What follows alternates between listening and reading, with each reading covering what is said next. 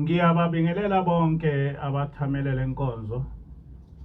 Sivula ngesihlabelelo 152 Jerusalem Bethlehem.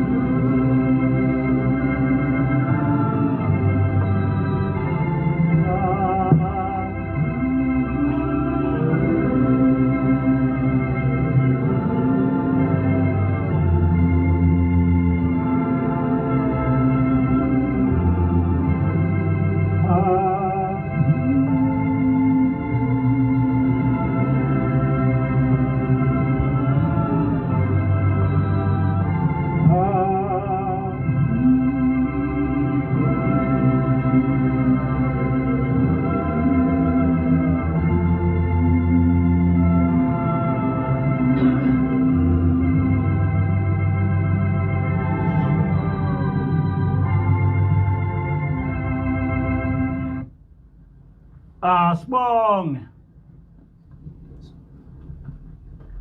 uNkulunkulu wasekuphakameni, uNkulunkulu kaShembe, sibika Nkosi ukuthi sesingenisa inkonzo yakho yeSabatha. Sicela ukuba ube khona phakathi kwethu nabangcwele bakho basezulwini. Esizokhuluma lapha Nkosi kungakhulunywa yithi kukhulunywe nguwe.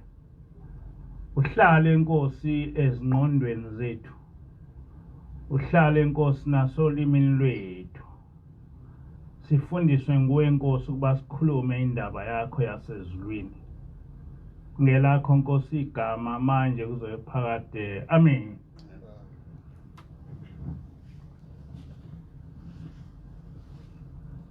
Angiphinde ngibabingelele bonke abathamele lenkonzo. Okokuqala angisho ukuthi ngiyabonga ngenkulumo ekhunywe nguDr. Mahaye ekseni. uDr. Mahaye njengoba echazile uyindodana yomfundisi uMahaye. Umfundisi uMahaye ke siyamazi sonke, ngiyamazi kakhulu mina, ngangijwayelene kakhulu naye. Nasemzini wakhe ngiyawazi olapha na enkandla oyinxuluma. Kodwa uDr. Mahaye angimazi. Kodwa ngizwile ukukhuluma kwakhe ukuthi ungumuntu oyaziyo indaba esihlangene ngayo, indaba kaNkulunkulu. Ngiyajabula ukuba ngithole abantwana abayinzalo yaleli bandla sebekwazi ukuthi bekhulume indaba kaNkulunkulu, kakhulukazi abafundile. Into engijabulise kakhulu enkulumeni kaDr. Mahaye ukuthi ukwazile ukuphendula umbuzo ukuthi ubufakazi buni obutshengisayo ukuthi umprofeti uIshembe ukuthula kube kuye wayithunywe uNkulunkulu kulomhlaba.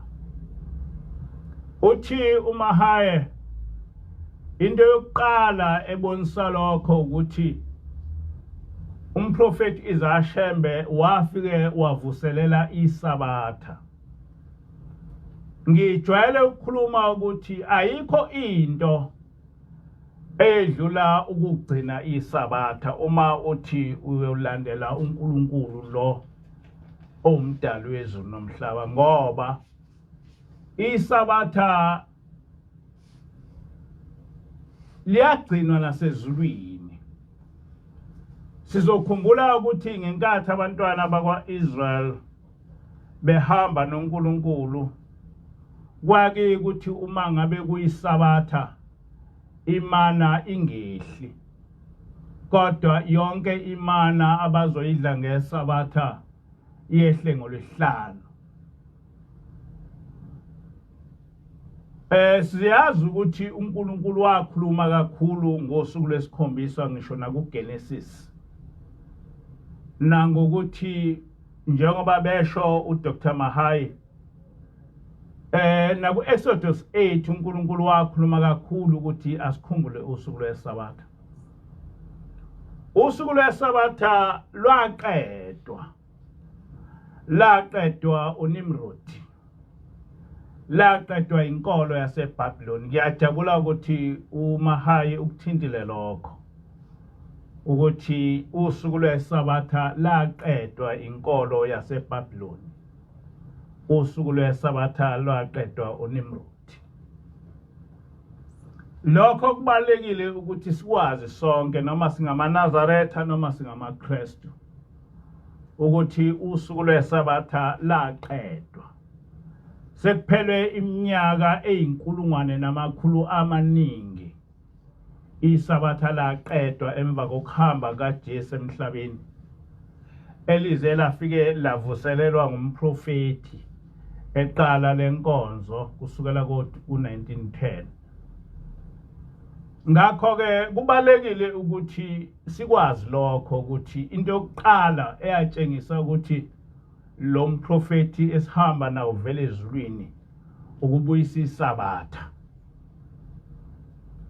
Ngoba iSabatha lisemthethweni elishumi. ISabatha liyagcinwa uNkulunkulu. iSabatha labusiswa uNkulunkulu. Uthi-ke uDr. Mahayi okwesibili okutshengisa ukuthi umprofeti wayethunywe uNkulunkulu wahlehlisa ulwandle. Abantu bayabecabanga ukuthi inganekwane nje le ukuthi uShembe wahlehlisa ulwandle la eThekwini. Kodwa khona kunjalo. Umprofeti uIzashembe thula kube kuye wahlehlisa ulwandle ngo1919 la eThekwini. Wabizwa ukuthi ezolihlehlisa ukuthi wayisukela, wacelwa ukuthi ezolihlehlisa. Ubaba mkhulu wahamba nobhoko, wayephethe ubhoko. Wathi mayifika lapha na eMtateni ubhoko ulwandle walihlehlisa ngobhoko. Wathi asikubekanga lapha sinobaba. Ngijabulile kuba enze a correct comparison ukuthi uJesu wathulisa isivunguvungu. uShembe lapha eThekwini wahlehlisa ulwandle. Ziningi ke izinto esingazibala ezingangabazeki ukuthi uShembe wayithunywe uNkulunkulu lapha emhlabeni. Abanye abantu ke bayebekhuluma izinto ezingabambeki bese ngathi amaNazaretha akhuluma inganekwane, kanti ziningi izinto ezibambekayo amaNazaretha angasa azikhulume ngoShembe. Enye indaba ebambekayo indaba kaMadlwaengwenya. uMadlwaengwenya ungundunakazi wangena ekuseni ebanjwa ingwenya. Wazi waphuma ngo4 lokho ingwenya imbambe ngo9 ekuseni. Yambuyisa ngo4 ntambama, yambuyisa ephila. Ngokwami leyo ndaba leyo kufanele ngabe indaba enkulu emhlabeni, kufanele ngabe kunemonument kaMadlwaengwenya. Nganginesifiso sokuthi kuyokwenzeka lokho. Enye indaba engangabazeki indaba yaselethe ezinye. Indaba yaselethe ezinye inkulu kakhulu, angazi ukuthi iyagcina phi manje, kodwa indaba ebambekayo engenawo umuntu ongakwazi ukuyiphikisa. Enye indaba enkulu indaba yaseMpuze. Abantu abanye abayazi indaba yaseMpuze, ngisho ukuthi ngizokhuluma ngayo, kodwa ngibala izinto ezibambekayo eziyumlando ongakwazi ukuthi noma ake kuthiwa umuntu wenze research ewufice ekwazi ukuthi efakaze ngawo.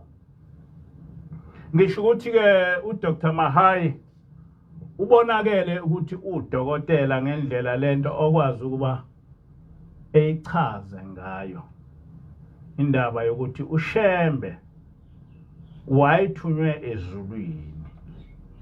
Njengoba nakuJesu siye sifakaze ngeimangaliso ziningi imangaliso esingayifakaza ngoshembe. Kodwa ukuthunywa ezulwini akugcini ngokuthi utshengise imangaliso. Kodwa kufanele ukuthi ubonise ngevangeli. Ngoba umuntu mayithunywa uNkulunkulu usuke elethe ivangeli. Izimangaliso, they are there to support ivangeli. Ivangeli lisho ukuthi ke uNkulunkulu ngoba ekuthumile ukuthume ukuthi ubatsheleni abantu. That is the gist of the matter.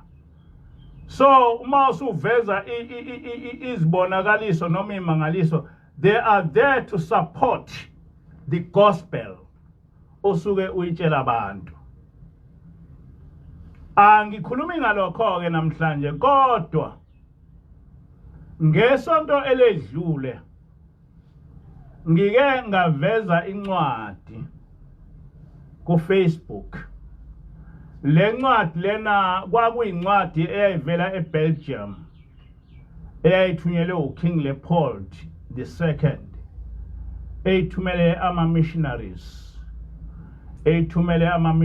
aya ezoshumayela eCongo. Le ncwadi lena yatholakala ngokuthi enye yabafundisi ababese Congo yanikeza enye insizwa iBhayibheli, kanti kuleli iBhayibheli kunale ncwadi.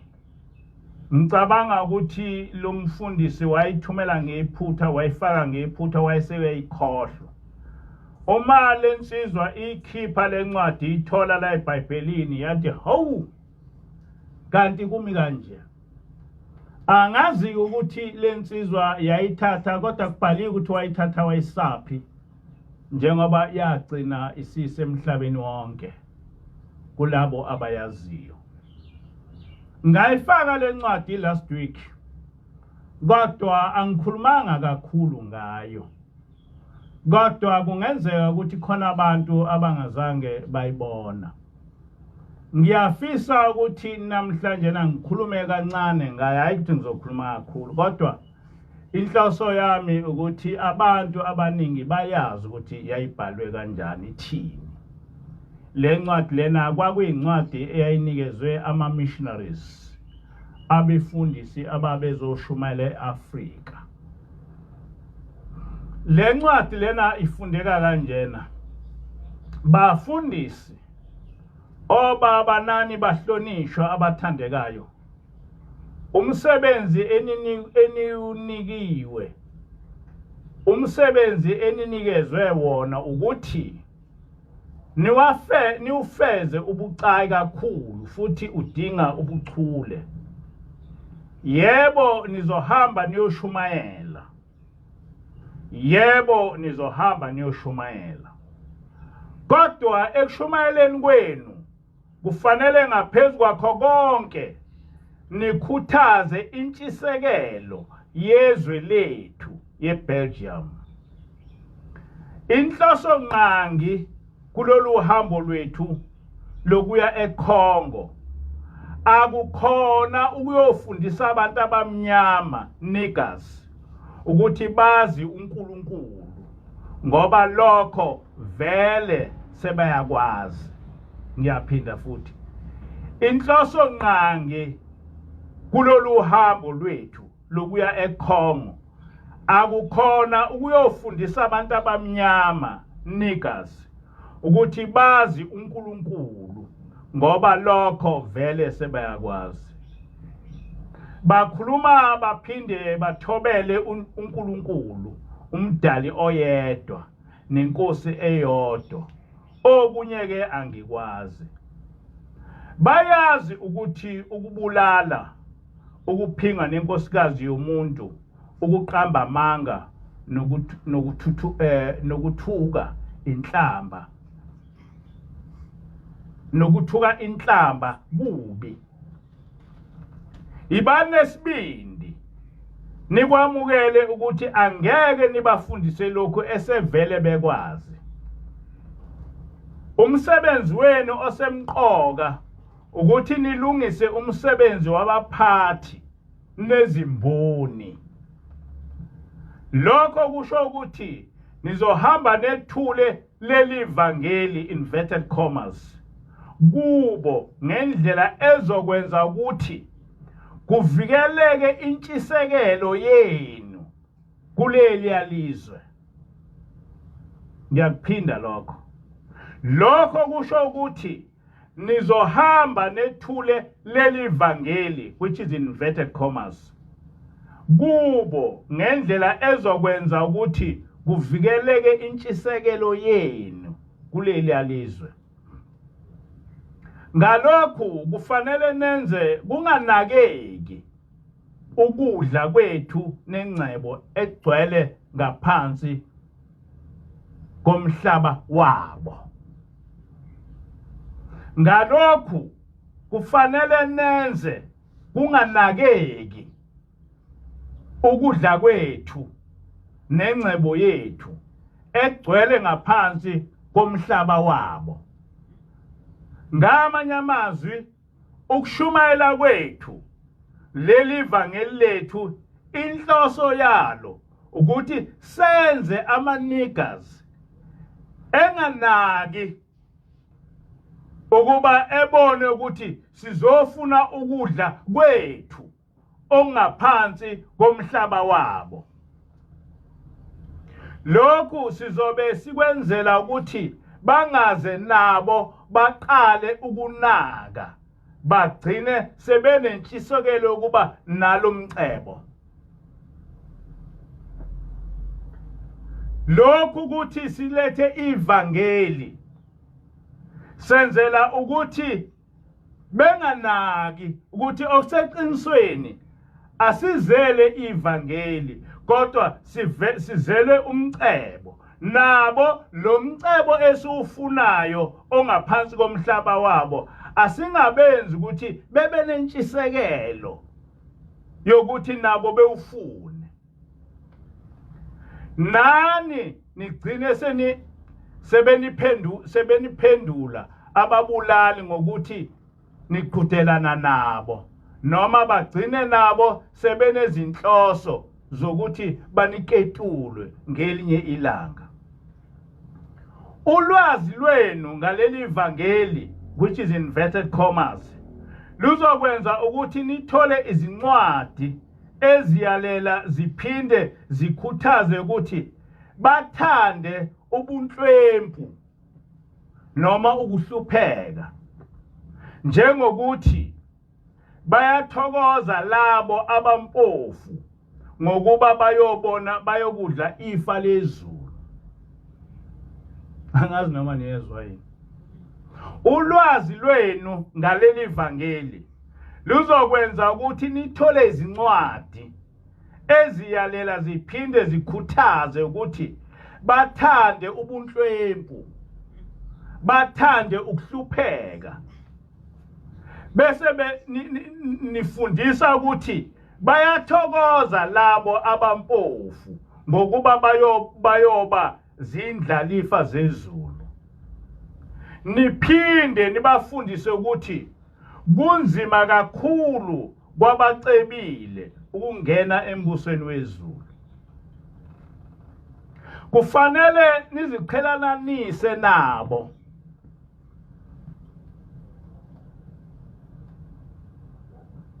Kufanele niziqhelananise nabo, nibenze bazonde yonke into engabakhuthaza ukuthi baliswane nani. Ukwenza kwenu kufanele kubhekane kakhulu nalabo abasebancane ngeminyaka, ngoba bona angeke banivukele uma izincomo zomfundisi ziphikisana nezimfundiso zabazali babo.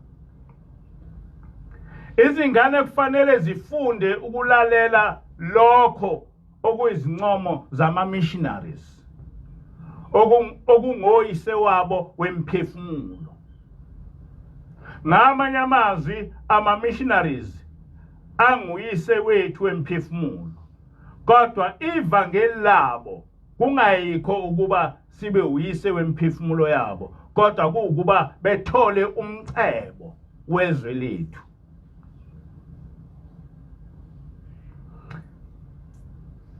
Izingane kufanele zifunde ukulalela lokho okuyizincomo zama-missionaries okungiswe emphefumulo yethu.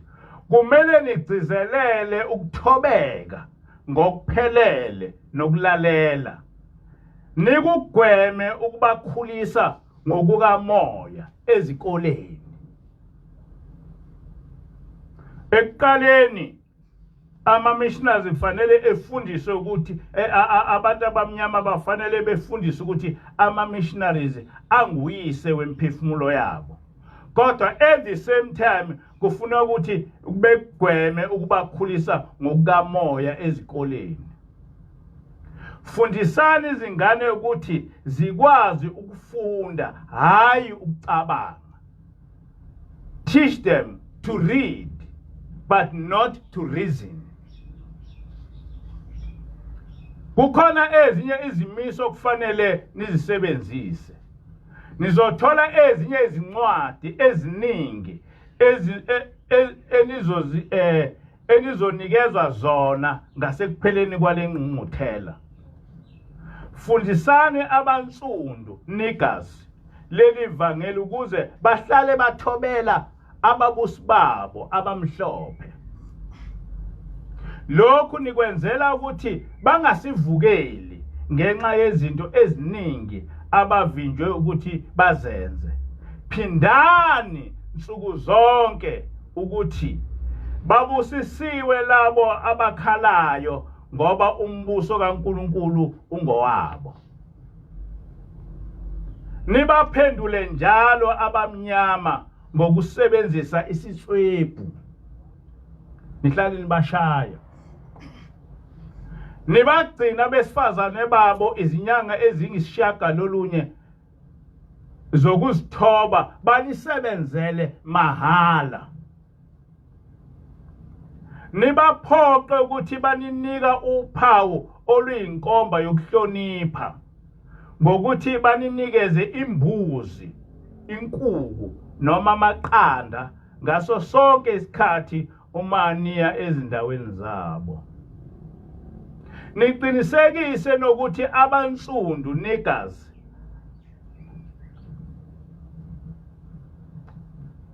abalokothi bacebe.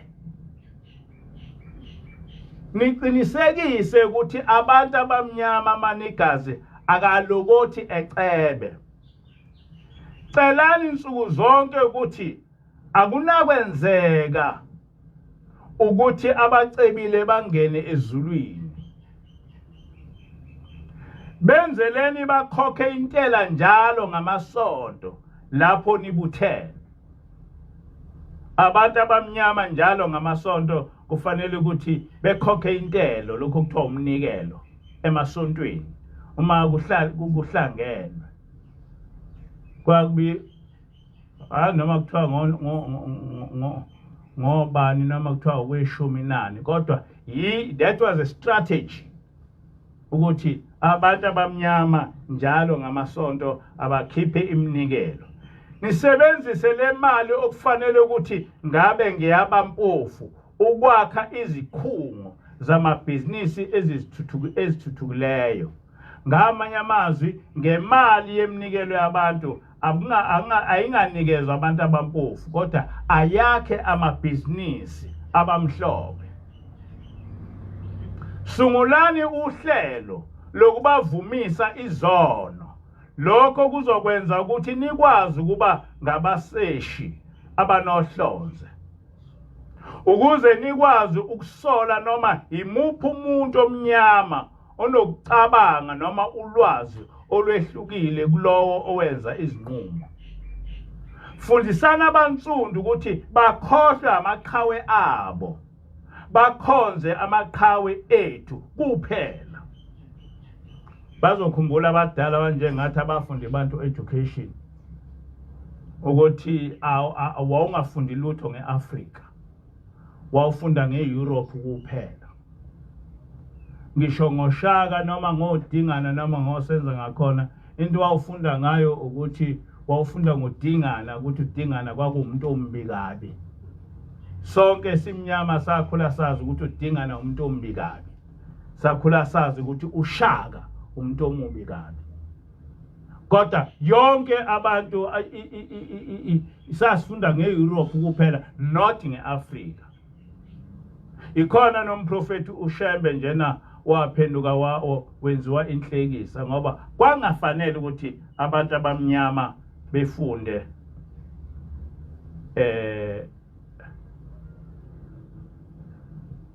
ngamaqhawe amnyama.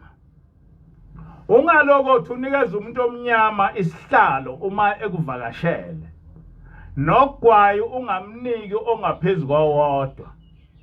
Ungalokothi ummeme esidlweni sakho noma ngabe yena ukupha inkukhu njalo uma ufika emzini wakhe.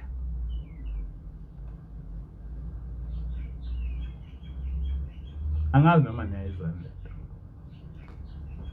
Ngithena angizokukhuluma kakhulu ngalento ngoba icacela noma imuphi umuntu. Ukuthi uma uzwa abantu bethi sanikezwa iBhayibheli kwase kuthathwa umhlaba, uyabona ukuthi hayi ama-politicians nje la ngoba beno moya wokupolitiki. Kodwa ungazi ukuthi lento iliqiniso ngempela ukuthi sinikezwe iBhayibheli, satshelwa ukuthi safundiswa ukuthi kufanele sibe mpofu, sakwamukela lokho. Siyazi ukuthi zonke lezi zinto ezibalwe lapha ziliqiniso. Noma ngazange ngakhulela kuma missionaries, kodwa iningi lethu esibadala siwabonile abafundisi abangama missionaries. Le ndaba lena yokuthi benikezwe izinkukhu, benikezwe izimbuzi, benikezwe amaqanda, izinto esizibonile zenzeka. Lezi zinto to worship abafundisi abamhlophe, izinto esizibonile zenziwa abantu abamnyama.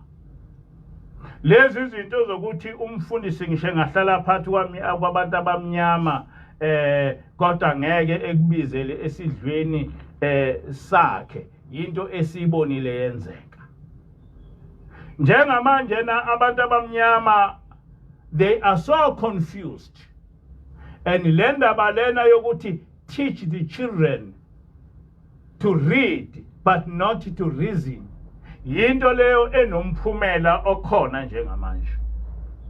Abantu abamnyama, they only know how to read, but bancane kabi abantu abakwazi ukurizina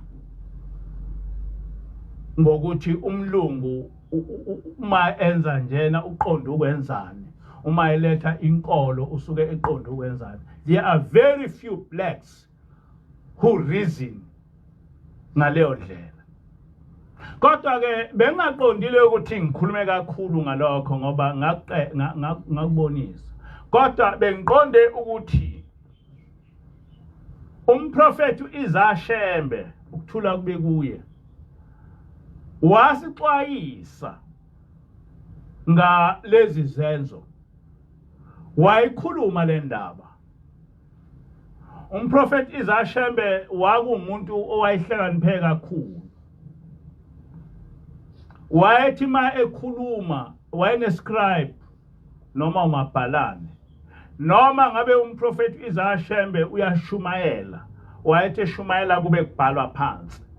Noma ngabe umprofeti iZashembe uyathandaza, wayethi ethandaza kube kubhalwa phansi okukhulumayo emthandazweni wakhe. Ngoba umprofeti iZashembe wayengathi mayithandaza ethi wo, wayekhuluma izwi nezwi elizokozwakala ukuthi lithini. So wawukwazi ukuthi uma ngabe ethandaza ukwazi ukubhala umthandazo wakhe, uma eshumayela ekwazi ukuba ubhala ilokhuza intshumayelo yakhe, ngoba wayethe eshumayela ebebheke umuntu obhalayo ukuthi uyayibhala inlento oyikhulumayo, eqhubeke nokushumayela njalo njalo. So le ntshumayelo engizoyikhuluma kamprofeti iZashembe, ngicela ukuthi abantu beyilalelisise kahle. Yayintshumayelo eyayizeluleko owayenza eRosboom mhla ka 28 August 1933. ephendula le ncwadi ekade ngiyikhuluma. Futhi uShembe wayethi ma ekhuluma at the same time ebe equota ivesi kuyo yonke inkulumo yakhe. Ngake ngasho ngathi khona umlungu wathi akakho umuntu emhlabeni owaziwayo owayazi iBhayibheli njengomprofeti uIsaiah Shembe, ukuthula kube kuye. Lapha kule nkulumo uzobona ukuthi umprofeti uIsaiah Shembe wayelazi kanjani iBhayibheli. Iqala kanjena ke inkulumo yakhe.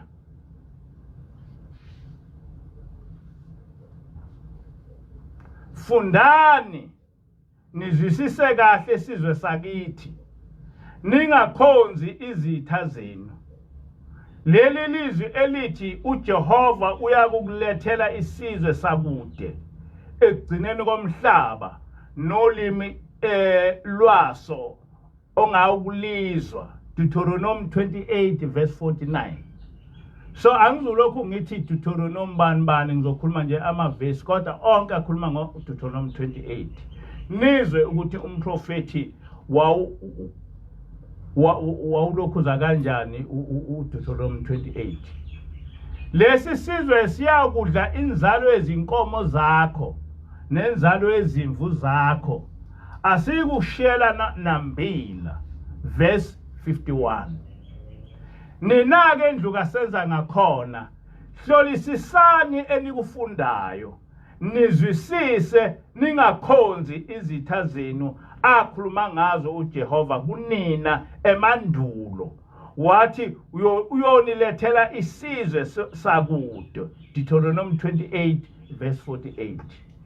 Uthi-ke uShembe, thina kufanele kuba sibukisise, singavele sithathe nje izinto esizitshelwa yilezi zizwe ezaqhamuka kude uNkulunkulu wathi uyoziletha kithi ngenxa yezono zethu. Wathi uJehova kuleso sizwe, niyakukhonza izithixo zemithi namatshe. Verse 36. Wathi uJehova kuwe kuleso sizwe akulethele sona uyakuba isimangaliso nesiga. Ukuthi isiga kusho into yokuhlekisa, kusho umprofeti. Wathi futhi uJehova negama lakho liyoba elokuntela. Verse 37. Wena-ke muntu onsundu, vula izindlebe uzwe, namehlo akho abone igama okuntelwa ngalo lapha emhlabeni, ukuthi elasiphi isizwe. Igama okuntelwa ngalo ezizweni igama lesizwe sabantu abamnyama. Uthi-ke uShembe, bhekisisa ukuthi leli gama lokuntela ngelasiphi isizwe. And umprofeti Isaiah Shembe uyasitshela ukuthi njengoba uDeuteronomy 28 ekhuluma, uNkulunkulu wayekhuluma nathi ngoba ithina ama-Israyeli, ithina amaHebheru, ithina amaJuda. Umprofeti Isaiah Shembe wakusho lokho. Wakusho. And makusekhona abantu abangamaNazaretha noma abangobani abangabazali lokho, angazi ukuthi basho ukuthini. Ngifunda lapha into eyakhulunywa umprofeti Isaiah Shembe ukuthi lo Deuteronomy 28 ukhuluma ngathi.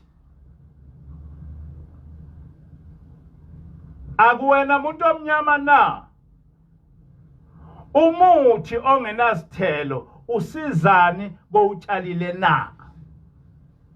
Umuthi ongenasithelo usizani kowutshalile na? Uma ukukholwa kwenu kunilethela usizi, kusizani na? Kodwa abelungu bathena ukukholwa kwethu akusenze sibe abantu abangacebile abahluphekayo. Uthi kodwa uShembe, uma ukukholwa kwethu kusinikeza usizi, kusiza ngani?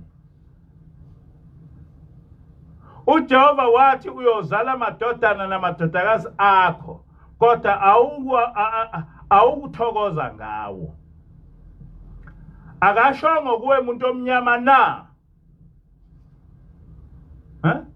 So uShambe has put it very clear ukuthi uDeuteronomy 28 ukhuluma nabantu abamnyama. uShambe has put it very clear ukuthi amaHebheru abantu abamnyama. That is verse 41. Akusuwena yini ofundisa indodana yakho kahle esikoleni umuntu omnyama. Ekuqedeni kwayo ukufunda leyo ndodana yakho yathi ke uma ibuye esikoleni yakulandela yini wena? Yake yabuya yini ukuzosenga izinkomo lapha ekhaya na? Noma yake yawabamba yini amazinyane embuzi ukuba ancele? Ayizange ibuye yahamba yaya kwesinye isizwe yayosebenzela abafazi abangasibo onina namadoda angasibo oyise. Kusho uShambe. Lagcwaliseka ke izwi lomlomo ongathethi imanga noma ongakhuluma imanga uJehova lokuthi uyozala amadodana namadodakazi akho kodwa awukuthokoza ngawo ngokuba ayakuthunjwa. Verse 41. uShambe ositshelayo ukuthi kwasho uJehova ukuthi siyosebenzela ezinye izizwe sikhona lapha ezweni lethu. Namuhla intombi yakho ikhuleliswa yindiya lintshinge phansi njengamafinyila ngokuba kuyintombi yesithunjwa. Konke lokho uyakubona uphelelwe amandla ongenakusho lutho ngoba awumkhonzanga uJehova wakhonza izitha zakho. Konke lokhu kwenziwa ukuthi awumkhonzanga uJehova kodwa wakhonza izitha zakho. Njengoba nje manje na yonke into esiyenzile silahle yonke into esinikeze uJehova sakhonza izitha zethu. Intombi yakho namhla ikhuleliswa umlungu ayitshinge phansi njengamafinyila ngokuba kuyintombi yesithunjwa.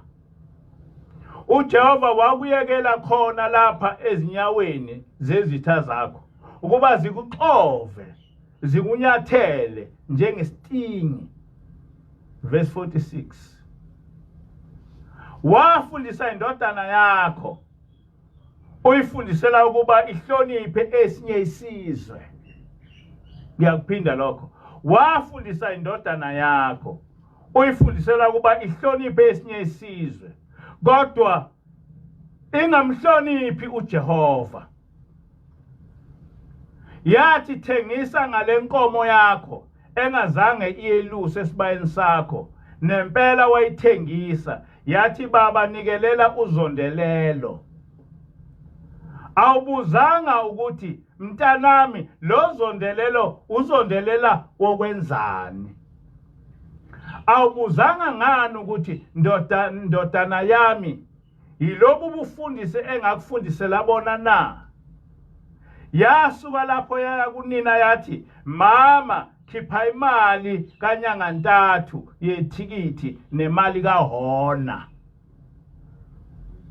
Nonina akabuzanga ukuthi mntanami ibona yini lobu bufundise engakufundisela bona na?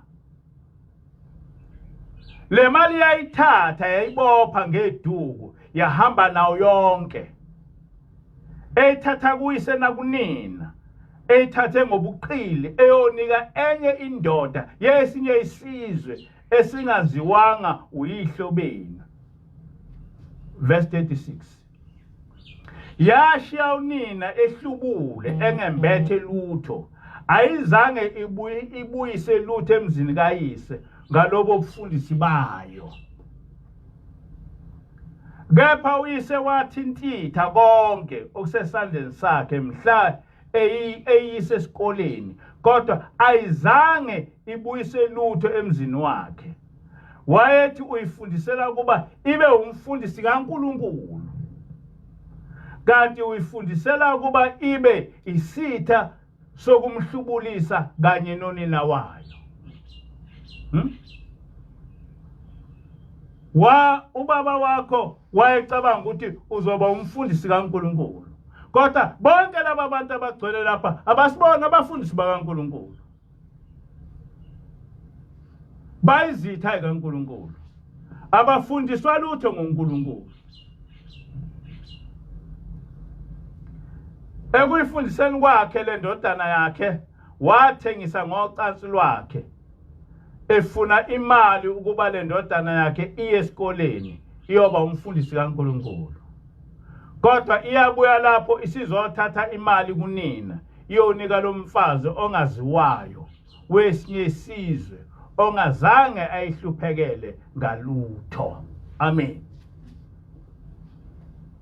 Ile ndaba ke kaShembe engithi okokuqala iphendulile ukuthi laba abafundisi abeza lapha eAfrika babe isima kanjani.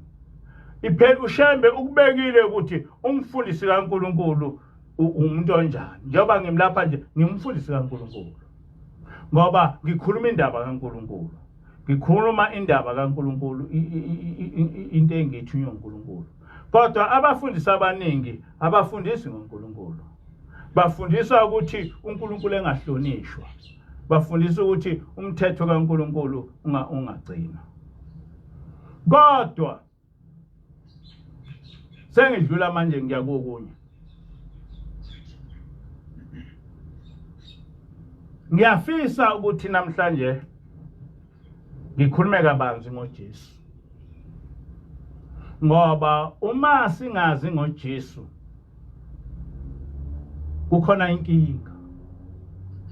Ngoba kulesi sihloko ngithena ukungalazi iqiniso kuyafana nongaboni. Sibaningi kabi esicabanga ukuthi khona into esiyaziyo ngoJesu kodwa ongelona iqiniso. Manje kufanele ukuthi abantu beyazi indaba kaJesu, ukuthi ngempela lo Jesu esithi uJesu ngempela yini. Ingilosi yake yasifundela indaba etholakala kuLuka 7. Indaba kaLuka 7 mangizoyisummarize, uJesu wafica umfelokazi. Lo mfelokazi wayefelwe indodana yakhe, ekhala kakhulu. Wayese uJesu eya kulo mfelokazi eyifica ngempela le ndodana ifile. Wayesefika uJesu eyivusa le ndodana. Wayivusa kunabantu bebona, abantu bamangala bakhala. Uverse 16 kaLuka 7 uthi bafikelwa ngokwesaba bonke, bamdumisa uNkulunkulu bathi kuvele umprofeti omkhulu phakathi kwethu, nokuthi uNkulunkulu ubahambele abantu bakhe. Ingilosi ke yafunda le ncwadi. Ithi ke ingilosi uJesu owaziwa ezulwini ilo Jesu ochazwa la ukuthi kuvele umprofeti omkhulu phakathi kwethu, nokuthi uNkulunkulu uhambele abantu bakhe. Ithi ke uJesu owaziwa ezulwini ilo owaziwa ngokuthi umprofeti omkhulu. Lo Jesu osewuNkulunkulu uJesu owakhewe yini, kodwa ezulwini kwaziwa uJesu ongumprofeti omkhulu. Kodwa nina senino Jesu ongumNkulunkulu. Ngiyafisa ke ukuthi namhlanje ngichaze kabanzi ngoJesu, ukuze abantu bebe nesithombe esiqondile sokuthi uJesu ngempela lo esimkhonzayo uJesu yini. uJesu igama lakhe langempela uYehoshua. Ukuthi uYehoshua kwaku ulimi lwesiHebheru. Kodwa ngenkathi uJesu ezalwa kwase kunolimi okuthiwa i-official language, i-Aramic language. Nge-Aramic language wayesebizwa kuthiwa uYeshua. Kodwa ingilosi yafika yathi uYehoshua. Ukuthi uYehoshua kuyafana nokuthi uJoshua lo oseTestamenteni elidala. Igama elithi Yehoshua lisho ukuthi God saves. uNkulunkulu uyasindisa. Igama lika Jesu lelo lokuthi Yeshua owaba nalo esemhlabeni waze wahamba emhlabeni enguYeshua. uJesu engumHebheru, uJesu enzalo kaDavid. uJesu engumJuda. Kodwa kuthema uJesu esehambile emhlabeni. Ngifuna lokho abantu bekulalisise. Kuthe uma ngabe uJesu esehambile emhlabeni, amaJuda esehamba eya kuma Gentiles eyoshumayela ivangeli lika Jesu. Ama-Gentiles ayesemnikeza elinye igama engasekho emhlabeni. Okokuqala wathola igama lesiGreek elithi u-Isos. Kwahamba layekwa lelo gama lesiNgisi elithi u-Isos. Wayeseba negama lesiLatin elithi u-Isus. Kwahamba leli gama elithi u-Isus. Ngoba ngaleso sikhathi igama iletter J yayingekho, kwase kuba khona iletter J, kwase kuthiwa uJesus. Kodwa lamagama amathathu avela uJesu engasekho emhlabeni. And that must be very clear. Ukuthi lamagama amathathu, uIsos, noIsus and noJesus, amagama avela uJesu engasekho emhlabeni, amagama uJesu owawanikwa ngabe zizwe. Ukuthi njengoba ngimphambi kwenu nje, ngingumthembeni Mpanza, nomfundisi umthembeni Mpanza. Kodwa ngizothi mase ngingasekho emhlabeni, kuthi imali livangeli lika Jehova lishunyayelwa kwezinye izizwe, bese izizwe zingiqamba elinye igama. Lezi zizwe azigcina